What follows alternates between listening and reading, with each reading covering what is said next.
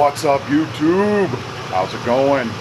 So I figured I would take you for a little look at what I set up for gauges in my truck and kind of go over why I set those up. As you can tell, it's running right now. For some reason it had a low battery. I've got some sort of parasitic draw, so I'll have to take a look into that. But here, let's take a look at these gauges. Alright, so as you can see, I've got my Edge CTS2, and I've got my vein position sensor down here so I can know what my veins are doing. Then I've got my demand fuel rail pressure and my actual fuel rail pressure, so I can see if those are lining up. They usually are pretty close, within a tenth of a percentage there, or a tenth of a psi, whatever you want to call it. Then I've got my boost gauge, and then my EGTs, then my battery volts, because I had battery issues in the past, and like right now I'm got it started because I've got to charge the battery, so I've always keeping an eye on that. Then I've got my transmission temperature gauge, exact degrees. This one does a good job, but it isn't always exact, so I like to know exactly what I'm doing. And then I've got my average economy. I don't know how right or wrong that is.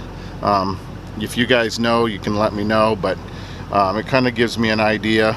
And then I've got my transmission lockup, so it tells me what gear I'm in and then whether it's in full lock or not. So those are the gauges that I keep up here.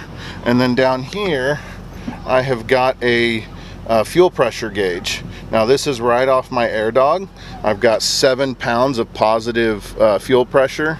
That bounces back and forth between 7 and 8 pounds depending on the fuel that I'm running. If I'm running like right now, I'm trying to get my my injectors to quit knocking a bit. So I'm throwing some 2-stroke oil in there, and that seems to be helping the issue. Yes, I know I probably need to get new injectors.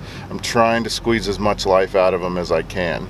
So when I'm doing that, it seems to run at 7 pounds of pressure. When I'm running just straight diesel with no added lubrication, I usually at idle I'm at 8 pounds, and then on the throttle I'm at 7 pounds. So that's pretty consistent. I change my fuel filters regularly. I've got two. I've got the cat fuel filter under the hood, and then the AirDog fuel filters underneath the truck. And so those are the gauges that I keep my eye on the most to try and make sure that my truck is running the best that it should. Like right now, if we were to go into here, and if you have never been into your check your injector balance rates, it's really simple on the Edge CTS. See, this is what always gets me, is it says that when you first start it up is when